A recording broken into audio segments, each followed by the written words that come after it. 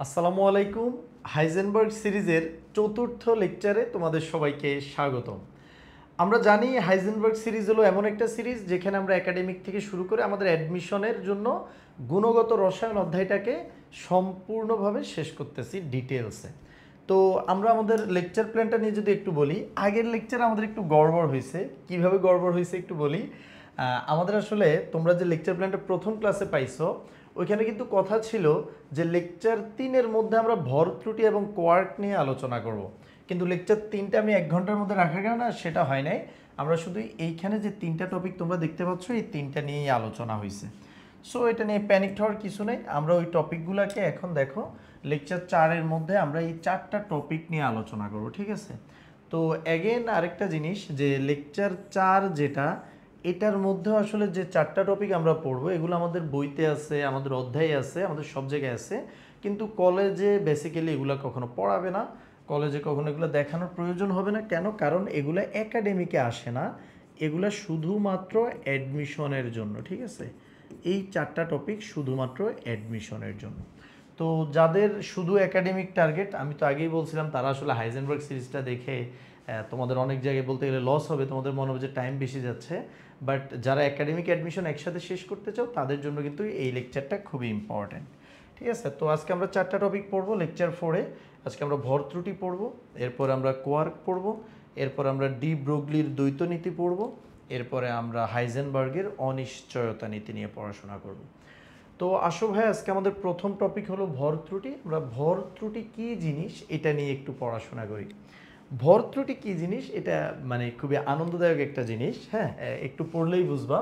দেখো, এই ভর ত্রুটি এটা বোঝার জন্য আমি তোমাদেরকে একটা পরমাণুর উদাহরণ দিলাম। প্রথমে হিলিয়াম, যার পারমাণবিক সংখ্যা হলো 2 এবং যার ভর সংখ্যা হলো 4। আচ্ছা, পারমাণবিক সংখ্যা 2, ভর সংখ্যা 4, এটা থেকে আমরা একটা ডেটা পাই যে ওর মধ্যে ভাই 2টা প্রোটন আছে আর 2টা হলো নিউট্রন আছে। এগুলা নর্মাল হিসাব। এখন দেখো, এই যে 2টা প্রোটন, তোমরা কি জানো একটা প্রোটনের আপেক্ষিক ভর কত? প্রোটনের আপেক্ষিক ভর কত? একটা প্রোটনের আপেক্ষিক ভর হলো, আমরা স্বাভাবিকভাবে বলি 1, কিন্তু এখানে যেহেতু আমরা ত্রুটি নিয়ে কাজ করব, এখানে আমরা দশমিকের পরের যে সংখ্যাগুলো আছে সেগুলোও নিতে হবে, তাইলে আমাদের অ্যাকুরেট ভ্যালু আসবে। তো দশমিকের পরের ভ্যালুগুলো হলো 1.0074 এবং আপেক্ষিক ভরের একক হলো AMU, যেটা হলো atomic mass unit. Atomic mass unit. আর বলো তো ভাই, নিউট্রনের আপেক্ষিক ভর কত? 1.0086 AMU। এবং আমি যে মানগুলো বলতেছি এগুলো কিন্তু অনেক ম্যাথে মানগুলো দেয়াই থাকে। সো ম্যাথের মধ্যে যেই মানটা দেয়া থাকবে তুমি ওই মানটাকেই নিয়ে নিবা, ঠিক আছে? এখন দেখো, এই যে 1.00 AMU, এটা হলো একটার আপেক্ষিক ভর। তাহলে ভাই 2টা প্রোটনের আপেক্ষিক ভর কত হবে একটু চিন্তা করো তো। 2 × 1.0074 AMU। তোমরা আপাতত লিখা অফ করে একটু শুধু দেখতে থাকো। 2টা নিউট্রনের হবে 1.0086, হ্যাঁ, AMU। এখন তুমি যদি এই দুইটাকে যোগ করো, আমরা জানি প্রোটনের ভর আর নিউট্রনের ভরকে যদি কেউ যোগ করে তাহলে যেটা পাবে সেটাই হলো কি? আণবিক ভর। সেটাই হলো আণবিক ভর। তো এই আণবিক ভরটা যেহেতু আমরা গাণিতিকভাবে ক্যালকুলেশন করে পাইছি, ধরো আমি এটাকে একটা নাম দেই যে ক্যালকুলেটিভ, হ্যাঁ, ক্যালকুলেটিভ আণবিক ভর। এই আণবিক ভরটা তোমরা একটু ক্যালকুলেটারে দিয়ে দেখো তো কত আসে।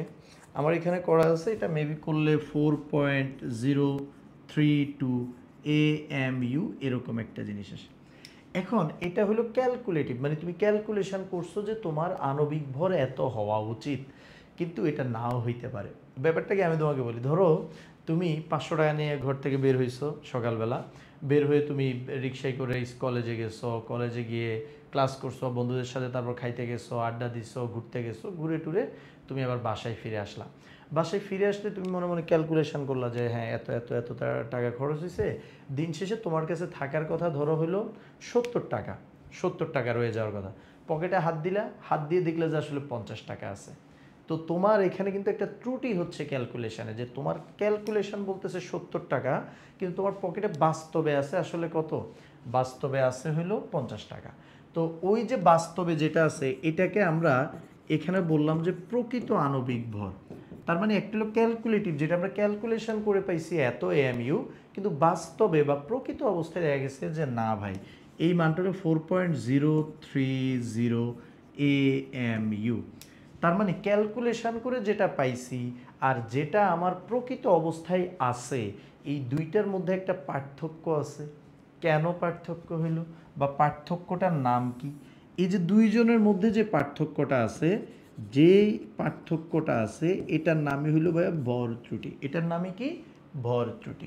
এই ভর ত্রুটিকে ডেল এম দ্বারা প্রকাশ করা হয়, এবং তুমি যখন বাদ দিবা তখন আসবে 0.002 0.002 AMU 0.002 AMU।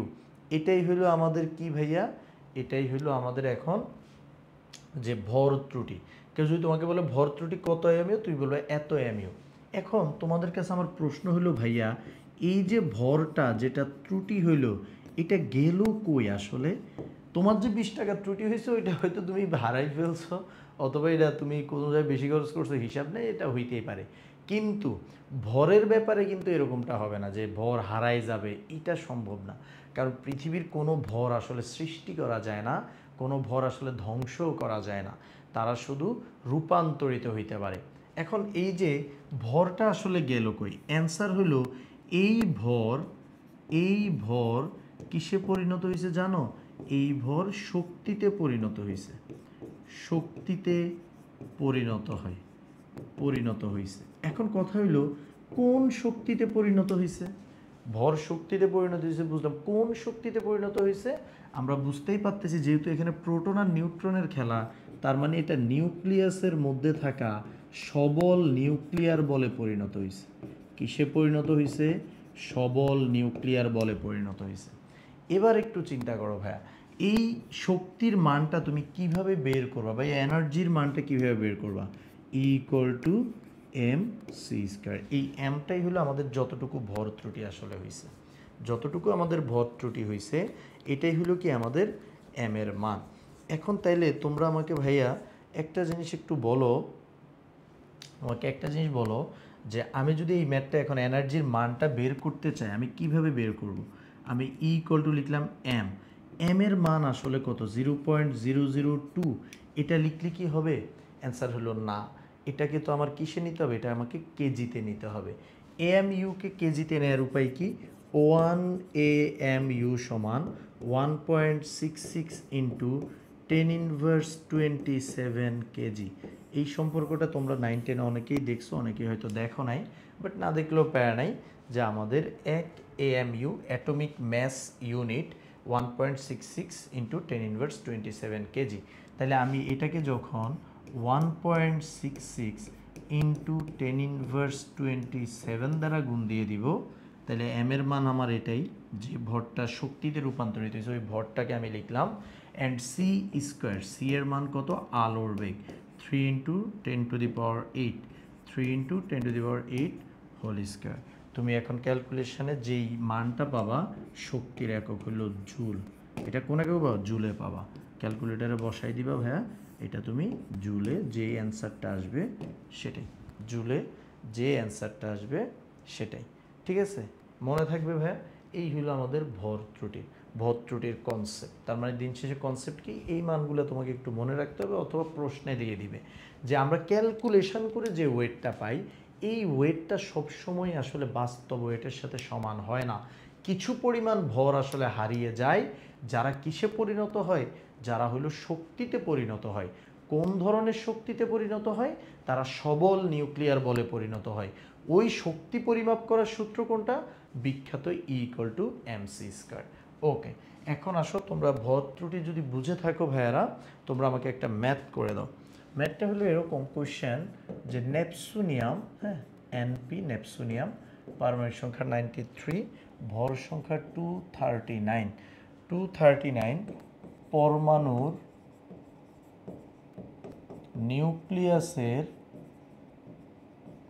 নিউক্লিয়াসের বন্ধন শক্তি কত? বন্ধন শক্তি কত, তার মানে তোমার কাছ থেকে বন্ধন শক্তি আসলে বের করতে বলছে এবং তোমাকে একটা ডেটা দেয়া আছে যার প্রকৃত ভর সমান সমান হইল 237.81 AMU, প্রকৃত ভরটা দিয়ে দিছে। তো তোমাদের কাজ কি ভাইয়া? তোমাদের কাজ হলো প্রথমে নিজেরা না দেখে, হ্যাঁ, আমার ভিডিওটা পজ করবা, পজ করে এই ম্যাথটা একটু করবা, করে তারপর আমি এখন করে দিব, এটার সাথে তোমরা জাস্ট অ্যান্সারটা মিলাবা, ঠিক আছে?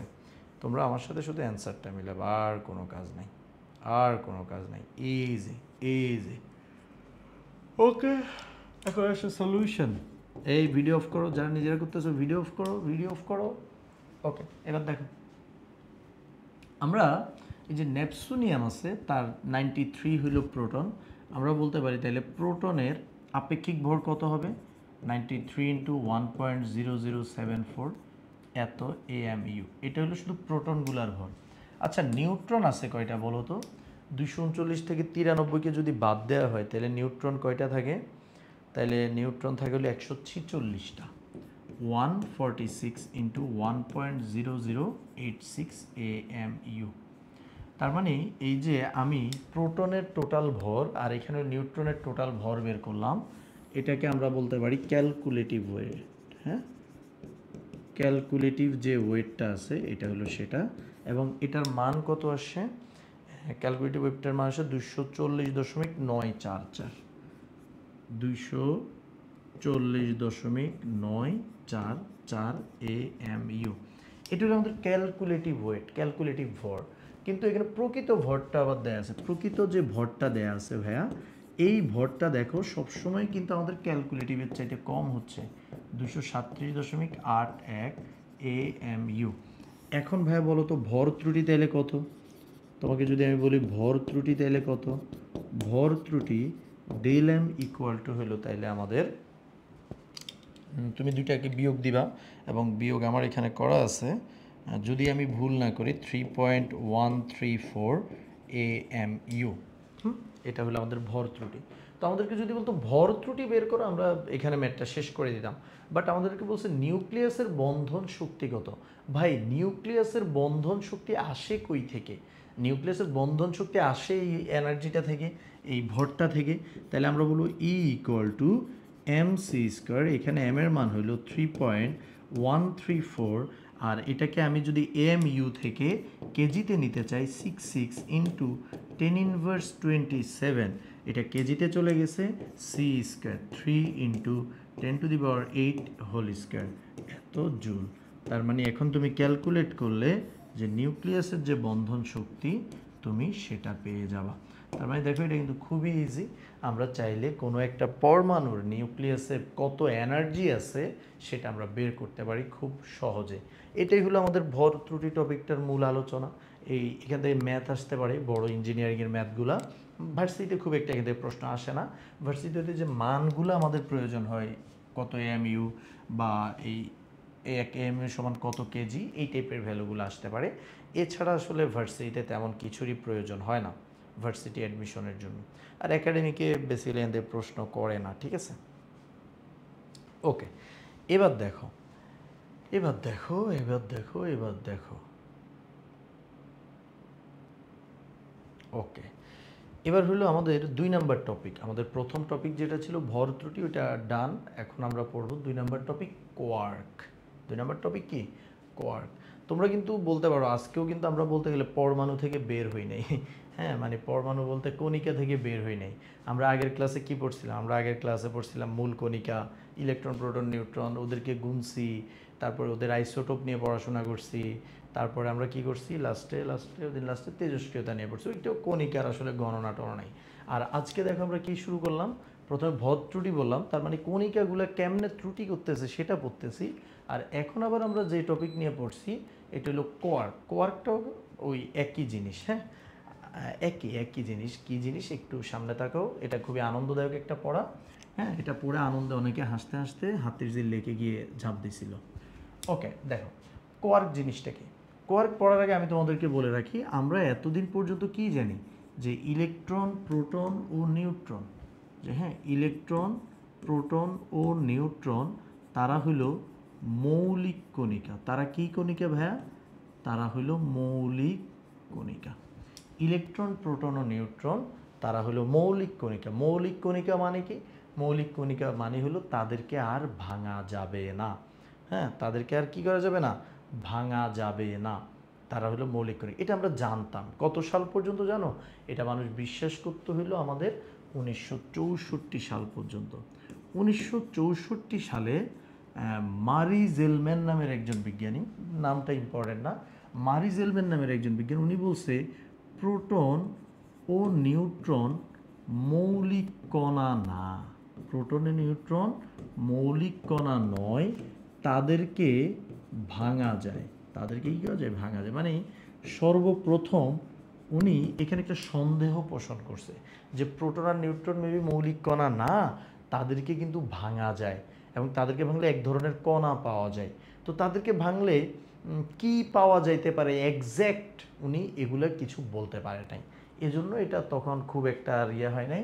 পরবর্তীতে এই যে ওনার এটার উপর ভিত্তি করে, ওনার গবেষণার উপর ভিত্তি করে 1969 সালে, হ্যাঁ 5 বছর, 69 সালে উভাল নিম্যান নামের আরেকজন বিজ্ঞানী, নাম ইম্পর্টেন্ট না বাট এমনি তাও বলতেছি, উভাল নিম্যান, উনি তখন বলছে যে হ্যাঁ, আগে যেটা বলা হয়েছিল প্রোটন ও নিউট্রনকে ভাঙা যায় এবং প্রোটন ও নিউট্রনকে ভাঙলে কোয়ার্ক নামের কণিকা পাওয়া যায়। কোয়ার্ক নামে কণিকা পাওয়া যায়। কণিকা পাওয়া যায়। তার মানে তখন আবার আমাদের যত ডাইমেনশন ছিল, যত চিন্তা করার ছিল, সব কিছু আবার চেঞ্জ হয়ে গেল যে হ্যাঁ, প্রোটন আর নিউট্রনকেও তো ভাঙা যায়। তাদেরকে ভাঙলে আবার কী পাওয়া যায়? কোয়ার্ক পাওয়া যায়। এই কোয়ার্ক নিয়ে কোয়ার্ক মডেল নামে আরেকটা পরমাণু মডেল আছে। তোমরা হয়তো অনেকে ভাবো যে ভাই 1911 সালে রাদারফোর্ড আর 13 সালে বোর দেওয়ার পর কি আর কোনো মডেল আসে নাই? আসছে, প্রচুর মডেল আসে। 1920, 21, 22 এই সালগুলোতে আসছে তোমার কোয়ান্টাম মডেল। তারপর 1964 সালে যে এখানে আসছিল কোয়ার্ক মডেল। তো এইসব মডেলগুলো কিন্তু অনেক জটিল, এসব আসলে আমাদের ধরাছোঁয়ার বাইরে চলে যায়, অনেক টাফ দেখে আমাদের সিলেবাস এগুলো দেয় না। তো এখন আসলে এই কোয়ার্ক নিয়ে আমরা খুব বেশি ডিটেলসে যাওয়ার আমাদের সুযোগ নেই। এগুলো তোমরা যারা ওই ফিজিক্সের একটু হায়ার লেভেলে পড়তে গেলে এগুলো পাওয়া যায়। তো কেমিস্ট্রিতে আমাদের অত প্রয়োজন হয় না দেখে আমরা জাস্ট কিছু ডেটা একটু শিখে রাখি। কিছু ডেটা কি কি? যেমন দেখো এই যে কোয়ার্ক, হ্যাঁ এই যে কোয়ার্ক, এই কোয়ার্ক হলো দুই প্রকার। আমাদের যে শ্যালো যে নলেজটা লাগবে আমরা সেটা এখানে জাস্ট গেইন করতেছি। কোয়ার্ক দুই প্রকার, একটা হলো ভাইয়া স্থায়ী কোয়ার্ক, একটা হলো স্থায়ী, এবং আরেকটা হলো কি? আরেকটা হলো অস্থায়ী কোয়ার্ক। স্থায়ী কোয়ার্ক এবং অস্থায়ী কোয়ার্ক। এখন নাম শুনেই বোঝা যাচ্ছে স্থায়ী কোয়ার্ক আমাদের স্থায়ী কণিকাগুলোকে তৈরি করবে, অস্থায়ী কোয়ার্ক আমাদের অস্থায়ী কোয়ার্কগুলোকে তৈরি করবে। হিসাব সিম্পল। এখন স্থায়ী কোয়ার্ক কিন্তু আবার দুই প্রকার, হ্যাঁ স্থায়ী কোয়ার্ক আবার দুই প্রকার। এক প্রকারের নাম হলো আপ কোয়ার্ক এবং আরেক প্রকারের নাম হলো ডাউন কোয়ার্ক। আপ ডাউন দুই প্রকার কোয়ার্ক। অস্থায়ী কোয়ার্ক সেটা কিন্তু আবার চার প্রকার, হ্যাঁ 4 প্রকারের কোয়ার্ক আছে। একটার নাম হলো টপ, একটার নাম হলো বটম, একটার নাম হলো চার্ম, আরেকটার নাম হলো স্ট্রেঞ্জ। চার্ম এবং স্ট্রেঞ্জ। ওকে, তো এখন দেখো যে up down, top bottom, charm, strange, এরকম 6 ধরনের কোয়ার্ক আছে। কোয়ার্কগুলো মিলিত হয়ে প্রোটন আর নিউট্রনকে তৈরি করে। প্রোটন আর নিউট্রনকে তৈরি করে কোয়ার্ক। এখন দেখো আমাদের অস্থায়ী কোয়ার্ক নিয়ে আমরা খুব বেশি আগাবো না, কিন্তু স্থায়ী কোয়ার্ক নিয়ে আরেকটু জানি যে আপ কোয়ার্ক হলো তার চার্জ +2/3 এবং ডাউন কোয়ার্কের চার্জ হলো -1/3। মনে রাখবা কোয়ার্ক কিন্তু ভগ্নাংশ চার্জকে ধারণ করতে পারে, যেটা অন্যরা পারে না। দেখো ভগ্নাংশ আকারে চার্জকে ধারণ করতেছে। তো যাই হোক, এখন তোমাকে যদি বলা হয় যে প্রোটন আসলে কি দ্বারা তৈরি, প্রোটনের গঠনটা কেমন? প্রোটন হলো 2টা আপ কোয়ার্ক এবং একটা ডাউন কোয়ার্ক দ্বারা গঠিত। এখন দেখো তো 2টা আপ কোয়ার্কের চার্জ কত? +2/3 +2/3 -1/3, যোগ করলে দেখবা +1 থাকতেছে। তার মানে আমাদের প্রোটনের চার্জ, যে আপেক্ষিক চার্জ +1, এটা কিন্তু দেখাই যাচ্ছে। আর এখানে নিউট্রনের ক্ষেত্রে যেটা, নিউট্রন কিভাবে তৈরি? নিউট্রন হলো প্রোটনের উল্টা কনফিগারেশনে তৈরি। উল্টা কনফিগারেশন মানে কি? 2 আপ, এই জায়গায় এটা 2 আপ হবে না, এটা হবে 2 ডাউন, হ্যাঁ আর 1 ডাউন, এটা হবে 1 আপ। তো দেখো 2 ডাউনের চার্জ কত -1/3 -1/3 +2/3 এবং যোগফল দেখো 0 হয়। নিউট্রনের আমরা জানি চার্জ হলো 0, তো আপেক্ষিক চার্জ 0 আমরা এটা এখানে আসলে দেখতে পেলাম। হ্যাঁ, তো এই হলো আমাদের কিছু বেসিক প্রথমে নলেজ যে আমরা কোয়ার্ক জিনিসটা কি কিভাবে আসছে, বা কোয়ার্ক সম্পর্কে কেউ যদি 1-2 লাইন জিজ্ঞেস করে আমরা অন্তত বসে থাকবো না। হ্যাঁ, একটুকু আমরা জেনে রাখলাম। কোয়ার্ক যদি মনে হয় আমাদের বইতে নাই, হ্যাঁ আমাদের বইগুলোতে এখনো অ্যাড করে নাই, বাট 2-1টা এমসিকিউ কিন্তু কোয়ার্ক থেকে চলে আসে বিভিন্ন টাইমে। ওকে, এবার আসো কোয়ার্ক যেহেতু আমরা বুঝছি, এখানে একটা জিনিস আমাদের বুঝতে হবে এমসিকিউ হ্যান্ডেল করার জন্য, সেটা হলো হ্যাড্রন। হ্যাড্রন আসলে কি? হ্যাড্রনের সংজ্ঞা হলো কোয়ার্ক দ্বারা গঠিত কণিকাকে, কোয়ার্ক দ্বারা গঠিত কণিকাকে হ্যাড্রন বলে। কি বলে? হ্যাড্রন বলে। তার মানে যেসব কণিকাগুলা কোয়ার্ক দ্বারা গঠিত তাদেরকে বলা হয় হ্যাড্রন। এখন তোমাকে যদি বলা হয় ভাই প্রোটন কি হ্যাড্রন, তুমি বলবা হ্যাঁ। নিউট্রন হ্যাড্রন, হ্যাঁ। ইলেকট্রন, বলবা না ভাই ইলেকট্রন আসলে হ্যাড্রন না। তার মানে প্রোটন আর নিউট্রনকে একসাথে কি বলা হয়? হ্যাড্রন বলা হয়। একসাথে কি বলা হয়? হ্যাড্রন বলা হয়। তো আসো আমরা আরও 2-1টা জিনিস একটু জেনে নেই। আরেক ধরনের কণার নাম আমরা একটু জেনি, সেটার নাম হলো গ্লুয়ন। এই গ্লুয়ন কণাটাকে, কোয়ার্ক কণা সম্পর্কে আমরা জানলাম, আমরা এটাকে ভাঙা যায়, প্রোটন নিউট্রনকে ভাঙলে কোয়ার্ক পাওয়া যায় সেটা জানলাম।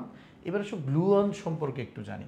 গ্লুয়ন কণাটা হলো এরকম, যার কাজ হলো নিউক্লিয়াসে প্রোটন ও নিউট্রনকে একত্রে রাখে। হ্যাঁ, ওর কাজই হলো এটা যে প্রোটন আর নিউট্রনকে একসাথে বেঁধে রাখবে। যেমন ধরো এটা যদি একটা নিউক্লিয়াস হয়, এখানে কি আছে? প্রোটন আছে, এখানে আবার নিউট্রনও আছে। হ্যাঁ, অসংখ্য এরকম প্রোটন আছে, আবার আরও নিউট্রন আছে। তো কথা হলো যে প্রোটন নিউট্রন তারা একসাথে এইভাবে কিভাবে বেঁধে আছে, কিভাবে আটকে আছে? তখন বলা হলো যে এক ধরনের কণা আছে যারা এইভাবে এদের মধ্যে চলাচল করে। এদের মধ্যে চলাচল করার মাধ্যমে এদেরকে আটকায় রাখে। এই যেই কণাটা এদের মধ্যে এইভাবে চলাচল করে এদেরকে আটকায় রাখে, গ্লুয়ের মতো করে আটকায় রাখে, এই কণাগুলোকেই কি বলা হয়? এই কণাগুলোকেই বলা হয় গ্লুয়ন। ওর নামের মধ্যেই দেখো এই কণাকে কি বলা হয়? গ্লুয়ন কণা বলা হয়। এখন কথা হলো এই গ্লুয়ন কণা আসলে কই থেকে আসে বা এটার উৎস কি? এটার উৎস হলো একটু আগে যে আমরা ভর ত্রুটি পড়ছিলাম, যে কিছু পরিমাণ ভর হারিয়ে যায়, ওই ভরটাই কিন্তু রূপান্তরিত হয়ে এইভাবে নিউক্লিয়াস আর প্রোটনকে একসাথে বেঁধে রাখে। একসাথে কি করে রাখে? নিউট্রন আর প্রোটনকে একসাথে বেঁধে রাখে। এখন একটা মজার জিনিস তোমাদের একটু বলি, সবাই সামনে তাকাও। তোমরা কি জানো? তোমরা জানো যে ভাই কঠিন পদার্থ এটাকে যদি কেউ তাপ দেয়, 9-10 থেকে আমরা শিখছি, এটা তরলে পরিণত হয়। তরলকে যদি কেউ তাপ দেয় এটা গ্যাসে পরিণত হয়। হ্যাঁ, তো এবং তোমরা জানো যে কঠিন পদার্থ মানে হলো পরমাণুগুলো এরকম কাছে কাছে কাছে কাছে আছে, এটা হলো কঠিন পদার্থ। তরল পদার্থ মানে পরমাণুগুলো আরেকটু দূরে দূরে সরে গেছে, এটা হলো তরল পদার্থ। গ্যাসীয় পদার্থ মানে পরমাণুগুলো বিশাল দূরে দূরে সরে গেছে, একজন লোক একজনের সম্পর্কই নেই। আর গ্যাসকে যদি কেউ তাপ দেয় তখন একটা নতুন দশার সৃষ্টি হয়, তার নাম হলো প্লাজমা, বা এটাকে কিন্তু আয়ন দশাও বলা হয়। প্লাজমা বা আয়ন দশা কেন সেম? কারণ তোমরা জানো যখন গ্যাসকে তাপ দেওয়া হয়, এই যে একটা পরমাণু, ওর বাইরের ইলেকট্রনটা কিন্তু তখন ছেড়ে চলে যায়, মানে ওই তাপের প্রভাবে এই ইলেকট্রনটা থাকতে পারে না, তাপ দিলে ইলেকট্রন কী হয়েছে? চলে গেছে। তার মানে এটা প্লাজমা দশায় চলে গেছে। এবং বলো তো এই প্লাজমা দশায় ওর তো কোনো কক্ষপথ নাই, ওর ইলেকট্রন নাই, ওর আছে শুধু একটা নিউক্লিয়াস। তুমি মানুষটা ভালো না, তুমি কি করছো? প্লাজমা হওয়ার পরে ওরে তাপ দিছো, মানে তুমি একটা নিউক্লিয়াসের মধ্যেও ওকে তাপ দিছো। এই যে একটা নিউক্লিয়াস, এটা কিন্তু একটা নিউক্লিয়াস, তুমি এটাকে কি করছো? তাপ দিছো। এখন তাপ দেওয়াতে কী হয়েছে একটু ভাবো। তাপ দেওয়াতে প্রথমে প্রোটন আর নিউট্রন আলাদা হইতে লাগলো, প্রোটন আর নিউট্রন আলাদা হয়ে পরে প্রোটনের মধ্যে তাপ লাগলো, পরে প্রোটন ভেঙে কোয়ার্ক বের হয়ে আসলো, নিউট্রন ভেঙে কোয়ার্ক বের হয়ে আসলো। আর নিউট্রন প্রোটন যখন ভেঙে গেছে তখন কিন্তু গ্লুয়নটাও কী হয়ে গেছে? আলাদা হয়ে গেছে।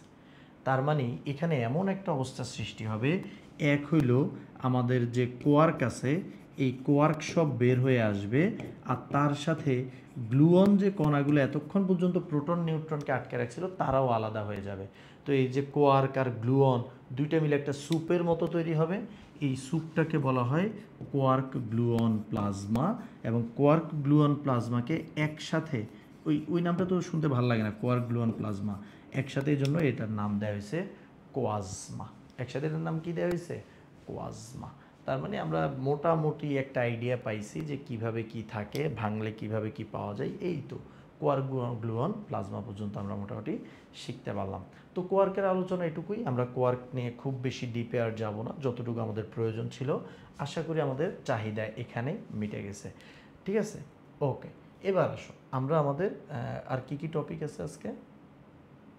ভর ত্রুটি গেল, কোয়ার্ক গেল, ডি ব্রগলির দ্বৈত নীতি নিয়ে এখন পড়াশোনা করবো। ঠিক আছে, ডি ব্রগলির দ্বৈত নীতি।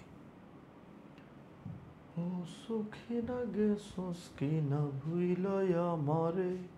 ওকে, ডি ব্রগলির দ্বৈত নীতি জিনিসটা কি আমরা এটা একটু খেয়াল করি। ঠিক আছে, ডি ব্রগলির দ্বৈত নীতি জিনিসটা কি এটা আমরা একটু খেয়াল করি। দেখো,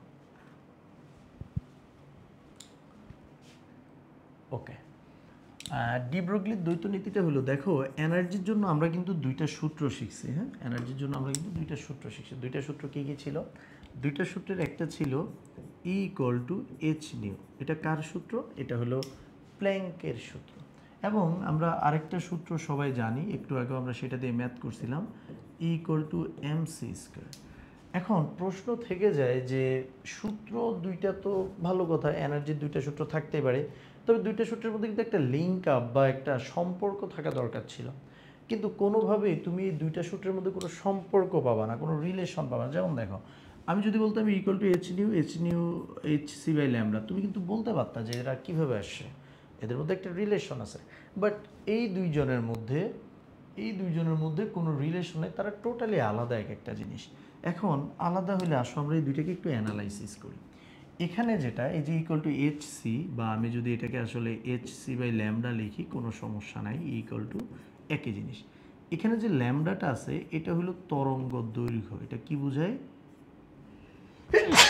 আলহামদুলিল্লাহ, এটা হলো তরঙ্গ দৈর্ঘ্যকে বোঝায়। তরঙ্গ দৈর্ঘ্য কি তোমরা জানো যে এই যে একটা তরঙ্গ, এটার যে দৈর্ঘ্য হয় সেটাকে আমরা তরঙ্গ দৈর্ঘ্য বলি। হ্যাঁ, এটাকে আমরা কি বলি? তরঙ্গ দৈর্ঘ্য বলে। এই যে এখান থেকে এ পর্যন্ত। তো যাই হোক, এই যে তরঙ্গ দৈর্ঘ্য আছে, আর এই সূত্রটার মধ্যে তুমি যদি একটু নজর দাও, এখানে তুমি পাবা কণার ভর। এক জায়গায় তুমি পাইলা তরঙ্গ দৈর্ঘ্য, আরেক জায়গায় তুমি পাইলা ভর। এখন এই দুইটা জিনিসের মধ্যে কিন্তু একটা ঘাপলা আছে। ঘাপলাটা কোন জায়গায় আমি তোমাকে বলি। তুমি আল্লাহর দুনিয়ার যা কিছু আছে, সব কিছুকে তুমি আল্লাহর দুনিয়ার সব কিছুকে মাত্র দুইটা ভাগে ভাগ করতে পারবা। হয় তারা কণা, অথবা হয় তারা হলো তরঙ্গ। পৃথিবীতে সব কিছুই দুই ভাগে ভাগ করা, এর বাইরে কিচ্ছু নাই। কোনো একটা জিনিস হয় সেটা কণা হবে, নাইলে সেটা তরঙ্গ হবে। কথা হলো ভাই কণা কারা, আমি কণাদের চিনব কীভাবে? কণা চিনার উপায় হলো কণার ভর থাকে। কণার কি থাকে? ভর থাকে। আর যদি কেউ বলে ভাই আমি তরঙ্গ কিভাবে চিনব, তাহলে তরঙ্গ চিনার উপায় হলো তার তরঙ্গ দৈর্ঘ্য থাকে। তরঙ্গ কি থাকে? তরঙ্গ দৈর্ঘ্য থাকে। তার মানে কণার ভর দ্বারা আমরা বুঝি যে কণার ধর্ম এটা, আর তরঙ্গ দৈর্ঘ্য দ্বারা বুঝি আমরা এটা তরঙ্গের ধর্ম। এক একজনের একটা মেইন ধর্ম থাকে। তো কণার মেইন ধর্ম ভর, তরঙ্গের মেইন ধর্ম হলো তরঙ্গ দৈর্ঘ্য।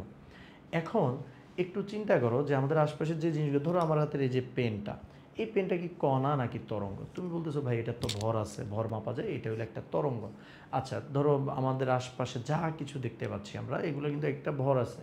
যেমন যদি বলি বাতাস কণা না তরঙ্গ? বাতাস অবশ্যই কণা, আমরা বায়ু কণা বলি। কেন বলি? কারণ ওর একটা নির্দিষ্ট ভর আছে। এবার আসো তরঙ্গের উদাহরণ কি? এই যে ধরো লাইট, যে লাইটের আলোগুলো আমার চোখে আসতেছে, এদের কিন্তু কোনো ভর নাই। এদেরকে আমরা কি বলি? এদেরকে আমরা বলি তরঙ্গ। তারপর কোনো একটা জায়গায় যখন আগুন জ্বলে, ওইখান থেকে হিটটা আমাদের গা পর্যন্ত চলে আসে, তো ওই যে তাপটা আসতেছে ওইটাও কিন্তু এক ধরনের তরঙ্গ, যেটার কোনো ভর নাই। আবার দেখো, আমরা এসি, তারপরে টিভি কন্ট্রোল করার জন্য রিমোট কন্ট্রোলার ইউজ করি। রিমোট কন্ট্রোলার থেকে যে তরঙ্গ যায়, ওইটাও আমরা জানি যে ওইটা কিন্তু কোনো কণা না, ওগুলো একটা তরঙ্গ যাচ্ছে, সিগন্যাল যাচ্ছে। ফোনের নেটওয়ার্ক, এগুলো একটা তরঙ্গ। তুমি যা কিছু দেখবা, হয় সেটার ভর আছে, নাইলে সেটার তরঙ্গ দৈর্ঘ্য আছে। তার মানে আমি বুঝাইতে চাচ্ছি এতক্ষণ ধরে, পৃথিবীতে যা কিছু আছে তাদের সবাইকে দুই ভাগে ভাগ করা যায়, হয় তারা কণা, নাইলে তারা তরঙ্গ। এবং এজন্যই দেখো আমাদের সূত্র কিন্তু দুইটা, এক সূত্রের মধ্যে তরঙ্গ দৈর্ঘ্য আছে আর এক সূত্রের মধ্যে ভর আছে। তার মানে এই যে সূত্রটা ই, এটা হলো কার শক্তি বের করবে? এটা আমাদেরকে বের করে দিবে তরঙ্গের শক্তি। এটা কার শক্তি বের করবে? তরঙ্গের শক্তি বের করবে। আর এখানে যে ইটা আছে এটা হলো আমাদেরকে কণার শক্তি বের করে দিবে। কি বের করবে? কণার শক্তি বের করে দিবে। এখন এই যে এতদিন ধরে মানুষ এই কণার শক্তি আর তরঙ্গের শক্তি আলাদা, এটাই সবাই জানতো, কিন্তু ডি ব্রগলি এসে একটা ম্যাডনেস কাজ করলো। ও কী করলো? ও বললো ভাই আমি এত আলাদা শক্তি রক্তি বুঝি না, আমি বুঝি শক্তি মানে শক্তি, h C by lambda equal to M C square, h C by lambda equal to M C square. এখন দেখো যদি আমি কাটাকাটি করি তাহলে h by lambda equal to M c, এখানে ল্যামডা ইকুয়াল টু লেখা যায় এইচ বাই এম সি, আর যেহেতু সি মানে হলো আলোর বেগ, আমি সি এর জায়গায় এখানে ভি লিখলে এটা যে কোনো বেগকে রিপ্রেজেন্ট করতে পারে। সে হলো এই সূত্রটা নিয়ে আসে lambda equal to H by M V. এখন এই সূত্রটা দেখতে যতটা নর্মাল, এটা কিন্তু ততটা নর্মাল না। নর্মাল না কেন? দেখো এখানে ল্যামডা আর এখানে আছে এম। ল্যামডা দ্বারা বোঝায় তরঙ্গ ধর্ম বা তরঙ্গ দৈর্ঘ্য, তরঙ্গ দৈর্ঘ্য একটা তরঙ্গ ধর্ম, আর এম দ্বারা বোঝায় কণার ভর, যেটা হলো একটা কণার ধর্ম। তার মানে আমরা কিন্তু একটা জিনিস দেখতেছি যে ল্যামডা আর কণার ভর এম, এই দুইজন পরস্পরের ব্যস্তানুপাতিক। তার মানে আমরা বলতে পারি কারো যদি তরঙ্গ ধর্ম বেড়ে যায়, কারো যদি তরঙ্গ ধর্ম বেড়ে যায় তাহলে তার কণা ধর্ম অবশ্যই কী হয়ে যাবে? কণা ধর্ম অবশ্যই কমে যাবে। আবার উল্টাভাবে আমরা বলতে পারি কারো যদি কণা ধর্ম আসলে বেড়ে যায়, কারো যদি কণা ধর্মটা বেড়ে যায়, কণা ধর্মটা বেড়ে যায়, তাইলে তার তরঙ্গ ধর্ম কি হয়ে যাবে? তরঙ্গ দৈর্ঘ্য ধর্মটা কমে যাবে। তরঙ্গ ধর্মটা এই যে কমে গেল। এখন তার মানে বোঝা যাচ্ছে আল্লাহর দুনিয়ার যা কিছু আছে সবার মধ্যেই কণা ধর্ম এবং তরঙ্গ ধর্ম দুইটাই আসলে আছে। যা কিছু আছে তার মধ্যে কণা ধর্ম এবং তরঙ্গ ধর্ম দুইটাই কি আছে। তবে কারো কণা ধর্ম অনেক বেশি, তার তরঙ্গ ধর্ম অনেক কম। আবার কারো তরঙ্গ ধর্ম অনেক বেশি, তার কণা ধর্ম অনেক কম।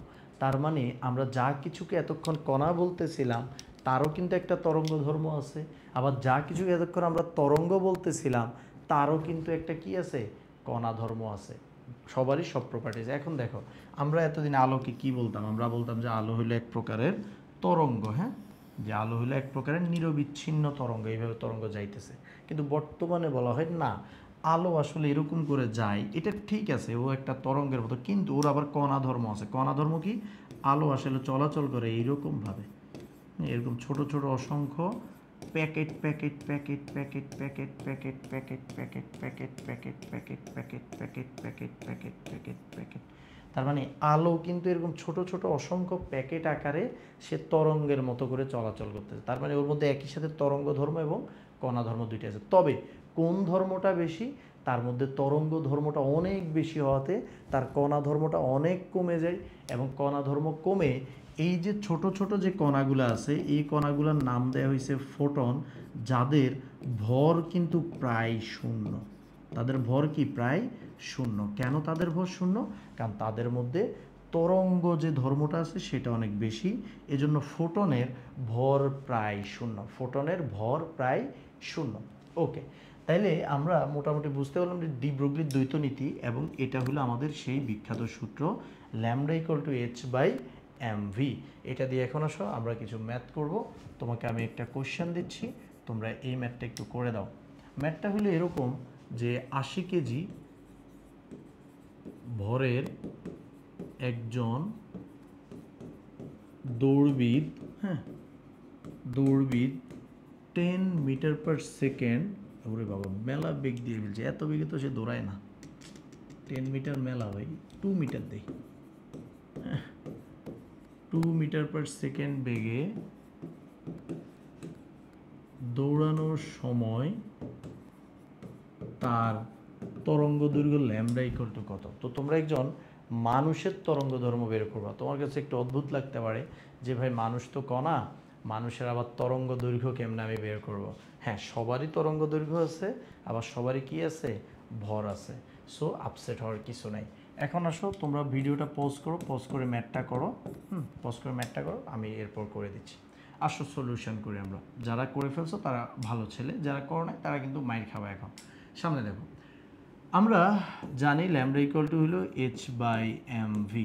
এখন কি হবে ভাইয়া দেখো তো, ল্যামডার মান বের করতে হলে 6.626 10 ইনভার্স 34, ভুলে গেছি মনে হচ্ছে মান, 10 ইনভার্স 34 জুল সেকেন্ড এম। ওর ভর হইল 80 কেজি, আর ওর বেগ ভি হইল 2 মিটার পার সেকেন্ড।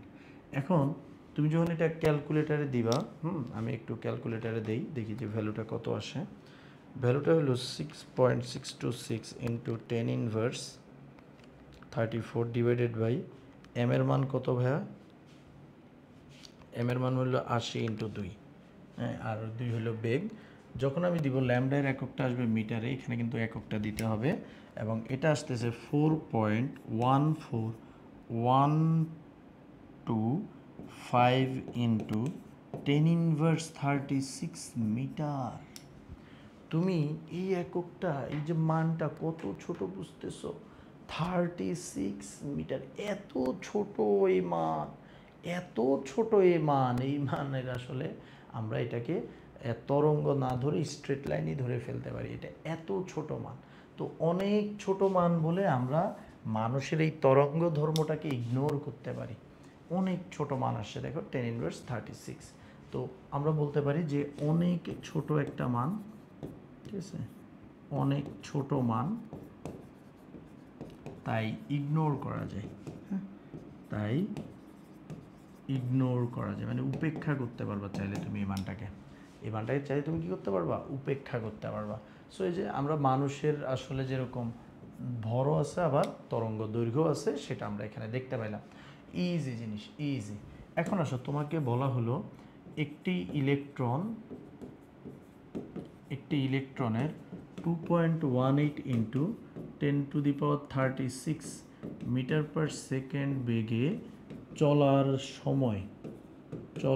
সময় ল্যামডা কত? ঠিক আছে, একটা ইলেকট্রন ধরো ঘুরতেছে কত বেগে? 2.18 ইন্টু 10⁻6 মিটার পার সেকেন্ড বেগে সে চলতেছে। এই সময় তার তরঙ্গ দৈর্ঘ্য কত? আমরা তো আগেরবার মানুষের জন্য তরঙ্গ দৈর্ঘ্য বের করছি, এবার আমরা ইলেকট্রনের জন্য বের করব, এবং দেখব যে ইলেকট্রনের জন্য একটা মজার ভ্যালু, হ্যাঁ, একটা ভালো ভ্যালু কিন্তু পাওয়া যাবে ইলেকট্রনের জন্য। তো আসো তোমরা ম্যাথটা করো, প্রথমে পজ করে, অ্যান্ড দেন আমি করতেছি, একটু দেখো। ইলেকট্রনের জন্য ল্যামডা ইকুয়াল টু যে h/mv, lambda equal two h/mv। h এর মান আগেরটাই 6.626 10 ইনভার্স 34। এম এর মান দেখো, ইলেকট্রনের ভর তো আমরা সবাই জানি 9.11 10 ইনভার্স 31, আর ভেলোসিটি দেওয়া 2.18 ইন্টু 10⁻6। হ্যাঁ, এটা হলো ওর ভেলোসিটি, এবং ওর একক হবে ফাইনালি মিটার। এখন দেখো তো আমাদের এই মানটা কত আসে?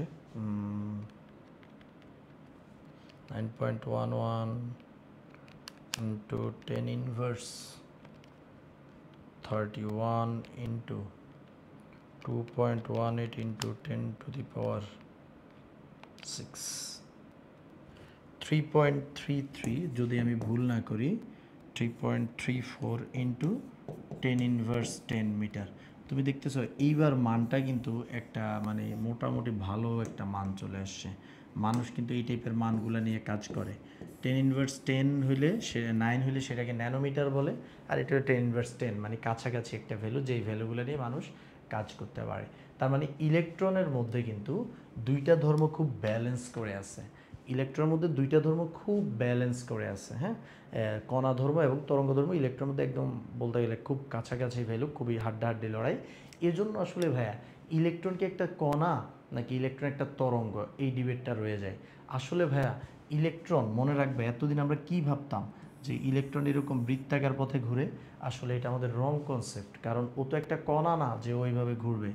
ও কি করে দেখো, ও যেহেতু কণা না, ও তাইলে এভাবে ঘুরেও না।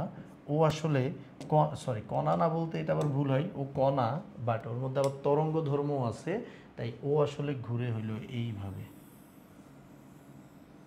অর্থাৎ সে হলো তরঙ্গায়িত পথে আসলে ঘুরতে থাকে, হ্যাঁ, তরঙ্গায়িত পথে ঘুরতে থাকে এভাবে বেঁকে বেঁকে।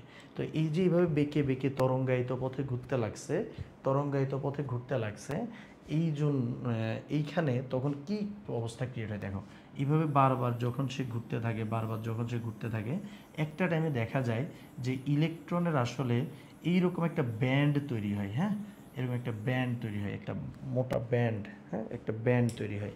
এবং ইলেকট্রনকে আমরা কণা যুগ তরঙ্গ দুইটা ধর্মে যেহেতু তাকে আমরা একসাথে দেখতে পাই, আসলে ইলেকট্রনকে পারফেক্টলি বললে হয় সে একটা মেঘ। এজন্য ইলেকট্রনকে বর্তমানে কণা বা তরঙ্গ এত ঝামেলায় যাওয়ার চাইতে আমরা বলতে পারি একটা ইলেকট্রন মেঘ এখানে পড়ে আছে। মেঘ, মেঘ জিনিসটা কি, দূর থেকে মনে হয় আছে, যখন একদম কাছে যাবা দেখবা যে আসলে নাই। ওইটাই একই অ্যাট এ টাইম কণা এবং তরঙ্গে ধর্মের মতো বলতে পারি। তো ইলেকট্রন মেঘ নিয়ে যতদিন আমরা চিন্তা করব, ইলেকট্রনকে মেঘ হিসেবে যতদিন আমরা চিন্তা করব, ততদিন দেখবো যে আমাদের জন্য বোঝাটা খুব ইজি। তাইলে ভাই আজ থেকে আমরা জানলাম যে ইলেকট্রন কণা এবং তরঙ্গ দুইটা ধর্মই হোল্ড করে, এবং পৃথিবীর যে কোনো বস্তু, যে কোনো বস্তুর মধ্যে দ্বৈত ধর্ম আছে, দুইটা ধর্ম আছে। এজন্য এই নীতিটার নাম কিন্তু দ্বৈত নীতি করা হয়েছে, ঠিক আছে? এজন্য নীতিটার নাম কি করা হয়েছে? দ্বৈত নীতি করা হয়েছে। এবং ইলেকট্রন এই তরঙ্গায়িত পথে ঘুরতে ঘুরতে সে আসলে একটা ব্যান্ডের মতো তৈরি করে, এবং সে যেহেতু অ্যাট এ টাইম কণা এবং তরঙ্গ দুইটা ধর্ম শো করে, এই জন্য তাকে আমরা একসাথে কি বলবো? মেঘ বলবো। কি বলবো? মেঘ বলবো। ওকে, এবার আসো একটু নেক্সট পেজে। আমি যে তোমাকে বললাম, যে ও তো আসলে বৃত্তাকার পথে চলে,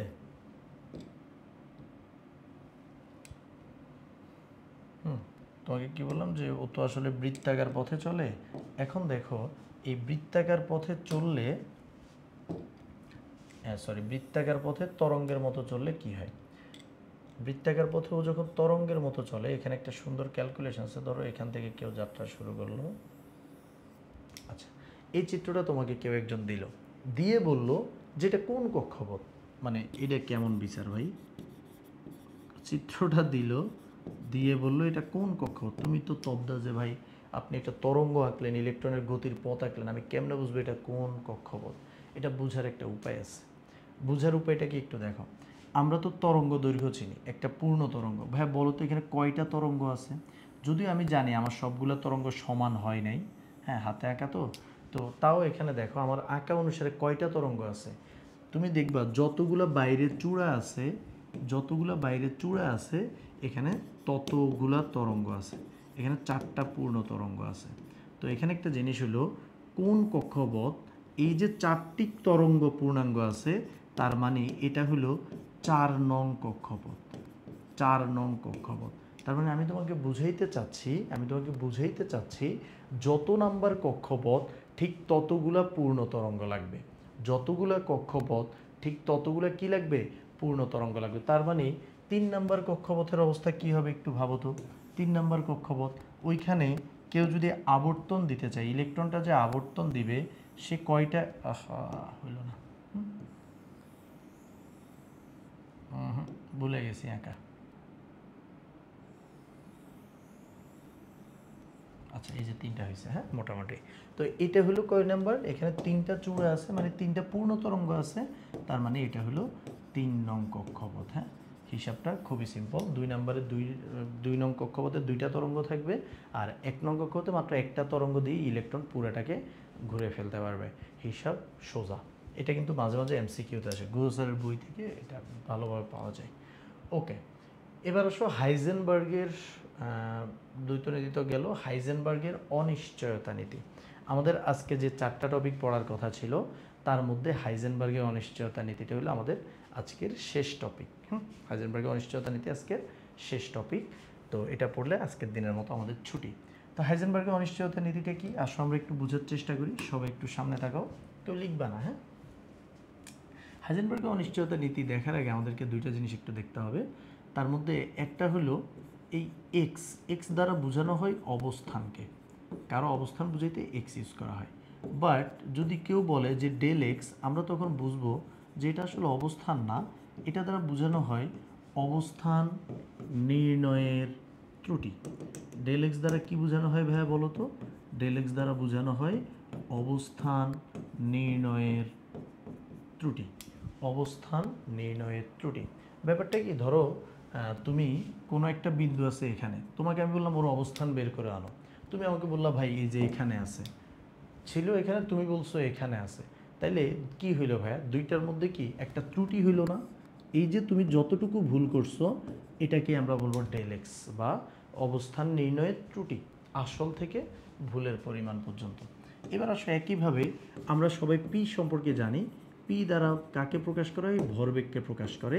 কিন্তু এখন যদি কেউ বলে ডেল পি, ডেল পি দ্বারা আসলে ভরবেগ নির্ণয়ের ত্রুটিটাকে বোঝানো হবে, ভরবেগ নির্ণয়ের ত্রুটি মানে ভুল, ভরবেগ নির্ণয় করতে যে ভুলটা আসলে আসবে।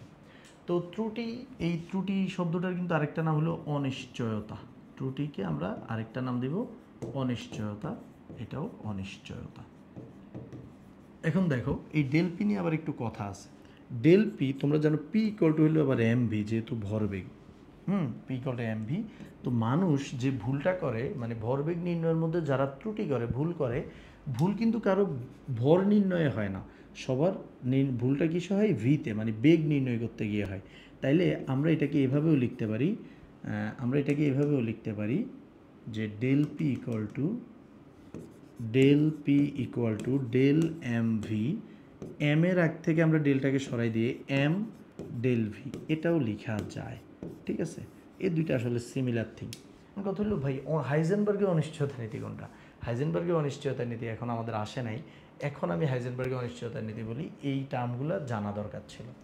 এই টার্মগুলো জানলে, হাইজেনবার্গ বলছে ডেল এক্স এবং ডেল পিকে যদি আপনি গুণ করেন, মানে আপনার যদি অবস্থান নির্ণয়ের ত্রুটি আর যদি ভরবেগ নির্ণয়ের ত্রুটি দুইটাকে যদি কেউ গুণ করে, তাহলে সেই গুণফল কখনোই h/4π চাইতে ছোট হবে না, বরং সমান হবে অথবা বড় হবে, ছোট হইতে পারবে না।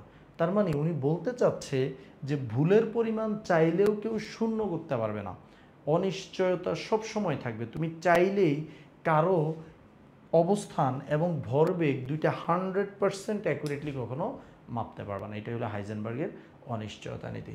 ধরো আমি তোমাদেরকে এটা যদি একটা সিম্পল মান দিই, h/4π কিন্তু একটা সংখ্যা, তো ওই সংখ্যার জায়গায় ধরো আমি তোমাকে বললাম যে হাইজেনবার্গের নীতি বলছে এটা 20-র চাইতে বেশি হবে, জাস্ট একটা নাম্বার 20, এখানেও যেরকম h/4π একটা নাম্বার। তো এই h20-র বিষয় মানে কি, ধরো তুমি যদি ডেল এক্সে ভুল করো 2 একক, তাহলে কিন্তু তুমি ডেল পিতে মিনিমাম 10 একক ভুল করবা, 10 একক মিনিমাম। এমন হবে না যে তুমি এখানে 2 একক ভুল করছো আর এখানে 5 একক ভুল করছো, এটা হবে না। কি হবে, হলো 2, আর এখানে মিনিমাম 10 না হয়ে 15 হইতে পারে গুণফল, যেহেতু আমরা বলছি 20-এর বেশি, 5-15 দুগুণে 30, এটা হইতে পারে, সমস্যা নাই, 20 দুগুণে 40ও হইতে পারে, কিন্তু 20-এর চাইতে ছোট 2 × 5 10, এটা কখনোই হবে না। তার মানে ধরো আমরা মিনিমাম ভুলটাই ধরলাম যে 10, তুমি কি বললো, তুমি বললো যে না আমি এটা মানে না, আমি ভরবেগ নির্ণয়ের ত্রুটিটা 10 থাকতে দেবেন, আমি এটাকে 1-এ নামায় আনবো, একদম অ্যাকুরেটলি ভরবেগ বের করছো, তখন দেখবে যে তুমি অবস্থান বের করতে যায় অনেক বড় ভুল করে ফেলছো। সরি, অবস্থান নির্ণয়ের ভুলটা তখন 20 হবে মিনিমাম, কারণ 20-এ 20 এটার চাইতে ছোট হইতে পারবে না, এটার চাইতে সমান হইতে পারবে বা বড় হইতে পারবে, আর সমান হইতে, এটাই হলো আসলে আমাদের কি অনিশ্চয়তা। তুমি যদি আবার এখানে কমাইতে চাও 1, তাহলে এখানে আবার বেড়ে যাবে। তার মানে ব্যাপারটা হলো এরকম যে তুমি যখন একদিকে কমাবা আরেক দিকে বেড়ে যাবে, ভরবেগ নির্ণয়ের ত্রুটি কমাবা অবস্থানের ত্রুটি বেড়ে যাবে, অবস্থানের ত্রুটি কমাবা ভরবেগ নির্ণয়ের ত্রুটি বেড়ে যাবে। তো এটা খুবই ইন্টারেস্টিং একটা থিওরি, খুবই ইন্টারেস্টিং থিওরি। এই থিওরিটাকে তোমার অন্যভাবেও প্রকাশ করা যায়, অনেকভাবে লেখা যায়। এই যে ডেল এক্স, ডেল পি এর জায়গায় তুমি কি লিখতে পারো, আমাদের মেন থিওরি পড়া শেষ, ডেল পি এর জায়গায় তুমি কি লিখতে পারো, এই যে এম ডেল ভি, হ্যাঁ, গ্রেটার ইকুয়াল h/4π, অনেকে এইভাবে লিখে, অনেকে আবার দেখো যে লিখলো ধরো del X into M del V, আচ্ছা এখানে যে এম ডেল ভি বা ডেল এম ভি যাই লিখো, এম ডেল ভি, এই যে এটা ধরো ঠিকঠাকই লিখছে। ওরা h/4π-কে লিখে h cut divided by 2, h cut divided by 2। এই h কাট জিনিসটা কি, h কাট ইকুয়াল টু হলো h/4π, সরি h/2π-কে বলা হয় h কাট। h হলো কি, h হলো আমাদের প্ল্যাঙ্কের ধ্রুবক, আর h কাট হলো আমাদের প্ল্যাঙ্কের হ্রাসকৃত ধ্রুবক। প্ল্যাঙ্কের হ্রাসকৃত ধ্রুবক, প্ল্যাঙ্কের হ্রাসকৃত ধ্রুবক মানে জাস্ট এটা একটা নতুন ধ্রুবক h/2π-কে আবার একটা নতুন নাম দিছে আর কি, আর কিছু না। তো যাই হোক এভাবেও প্রকাশ করে, এভাবেও করে, বাট আমরা আমাদের সিম্পলটাই রাখবো, অথবা আমরা যে কোনোটা আসলে রিসিভ করতে পারি, সমস্যা নেই। এগুলো ইজি হিসাব নিকাশ। এখন আসলে এগুলো নিয়ে কিছু মিম আছে, মিমগুলো তোমরা একটু দেখতে থাকো, যে হাইজেনবার্গের অনিশ্চয়তা রিলেটেড মিম। এই মিম বুঝো কিনা একটু আমাকে বলবে, হ্যাঁ, যে এই মিমগুলো বোঝা যায় কিনা। অবশ্যই বোঝা যায় মিমগুলা, মানে খুবই ভাল লাগে আমার কাছে আসলে মিমগুলো, হ্যাঁ। যে হাইজেনবার্গ যখন একবার মোমেন্টাম মানে ভরবেগের দিকে, সরি পজিশনের দিকে যখন তাকাচ্ছে, তখন মোমেন্টামের আসলে খবর থাকতেছে না, খেপে যাচ্ছে। আবার যখন সে মোমেন্টামের দিকে তাকাচ্ছে, তখন হলো পজিশন মানে অবস্থানের কোনো খোঁজ থাকতেছে না। একটার দিকে নজর দিলে আরেকটা অনেক হয়ে যায় আর কি, ইমব্যালেন্সড হয়ে যায়। এটা হলো একটা মিম। আরেকটা মিম আছে, দেখো, ধরো তোমার কাছে পুলিশ হলো পজিশন জানতে চাইছে, পজিশন জানতে চাইছে, তুমি তাদেরকে পজিশন না দিয়ে তুমি কি করছো, তুমি তাদেরকে ভ্যালোসিটি দিয়ে দিছো, এবং তখন তারা কি করবে, তারা তোমার পজিশন এক্স্যাক্টলি কখনোই বের করতে পারবে না, কারণ তোমার এই যে ভরবেগের যে ত্রুটি আর পজিশনের ত্রুটি, দুইটার গুণফল h/4π হবে। এগুলো হলো একটা মিম আর কি। আমার মিমগুলো আসলে খুব ভালো লাগে, তোমরা মিম দিয়ে করলে তোমাদের বুঝতে আরও সুবিধা হবে। ঠিক আছে, ঠিক আছে। এখন আসলে আমরা এক দুইটা ম্যাথ করে আজকের ক্লাসটা আমাদের শেষ করে দিব। প্রথম একটা ম্যাথ করি আমরা। ম্যাথটা হলো এরকম, কোনো একটি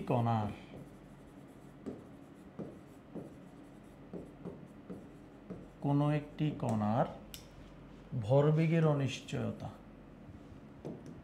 কোনো একটি কণার ভরবেগের অনিশ্চয়তা বা ভরবেগ নির্ণয়ের অনিশ্চয়তা 1.15 into 10⁻8 kg metre per second. Okay, এবার বলছে কণাটির অবস্থানের অনিশ্চয়তা কত। তোমাকে জিজ্ঞেস করছে কণাটির অবস্থানের অনিশ্চয়তা কত, কণাটির অবস্থানের অনিশ্চয়তা কত। ভরবেগ নির্ণয়ের অনিশ্চয়তা দেয়া আছে, আর অবস্থানের অনিশ্চয়তা কত। এটা একদম সিম্পল একটা ম্যাথ, বাচ্চাদের ম্যাথ। দেখো, ভরবেগের যে অনিশ্চয়তা দেয়া আছে, এটা হলো কার মান দেয়া, এটা ডেল পি এর মান দেয়া ডিরেক্ট। আর অবস্থানের অনিশ্চয়তা তোমার কাছে ডেল এক্স এর মান চাইছে। তো তুমি কি করবা, সিম্পল হিসাব, তুমি বলবা যে ভাইয়া easy del X into del P greater equal h/4π। So তুমি এখন কার মান বের করবা, তুমি এখন ডেল পি এর মান বের করবা। ডেল পি এর মান গ্রেটার ইকুয়াল ডেল পি তো দেয়া আছে, সরি, ডেল এক্স বের করবা। Del X greater equal h/4π into del X into del P, greater equal h 6.626 10⁻34 4π 4 into 3.1416 into del P এর মান হলো 1.15 ইন্টু 10⁻8। হ্যাঁ, অ্যান্ড তোমাদের মান যেটা আসবে সেটাই। তুমি তখন বলতে হবে যে অবস্থানের অনিশ্চয়তা এত এর সমান অথবা বেশি হবে, এত এর সমান অথবা বেশি হবে, এইভাবে অ্যান্সারটা বলতে হবে। কারণ এটা একদম সমান হবে যে ব্যাপারটা তা না, একদম যে সমান হবে ব্যাপারটা কি সেরকম না।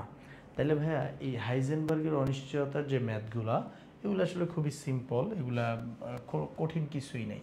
তুমি ডেল এক্স ডেল পি অনেক সময় আবার কি করবে, তোমাকে ধরো ডেল এক্স দিয়ে দিবে, তোমাকে আবার ভরও দিয়ে দিবে, ডেল ভি এর মান বের করতে বলবে। তো আমরা তো জানি যে ডেল এক্স ইন্টু ডেল পিকে চাইলে আমরা del X M del V এইভাবেও লিখতে পারি। ওখান থেকে তোমাকে হয়তো ভি বের করতে দিবে, অথবা কখনো এম বের করতে দিবে, এভাবে এক একটা রাশি হয়তো তোমাকে বের করতে দিবে, 3টা রাশির মধ্যে। তো অরিডর কিছু নেই, এই টপিকগুলো ইজি, এই টপিকগুলো তেমন কঠিন কিছু না। আমরা সবাই ভালো থাকবো, সুস্থ থাকবো, এবং হাইজেনবার্গ সিরিজের আজকের 4 নাম্বার লেকচারটা আমি ভাবছি হয়তো একটু বড় হবে, বাট অ্যাজ ইউজুয়াল আমাদের 1 ঘন্টার মধ্যেই আছে। আশা করি তোমরা টপিকগুলো বুঝতে পারছো অ্যান্ড কেমন লাগছে আসলে তোমাদের কাছে, যে এই টপিকগুলো একটু হার্ড লাগতেছে কিনা বা তোমরা বুঝতে পারতেছো কিনা সব কিছু, একটু তোমরা অবশ্যই কমেন্ট বক্সে জানাবে। ঠিক আছে, সবার জন্য শুভকামনা থাকলো, সুন্দর হোক আমাদের এই পথ চলা, এবং রসায়ন যে একটা সহজ সাবজেক্ট এটা সবাই জানতে থাকুক। রসায়নের মাধুর্য, রসায়নের মধু, রসায়নের সৌন্দর্য সবার মধ্যে ছড়িয়ে পড়ুক। সবার জন্য শুভকামনা, বেস্ট অফ লাক।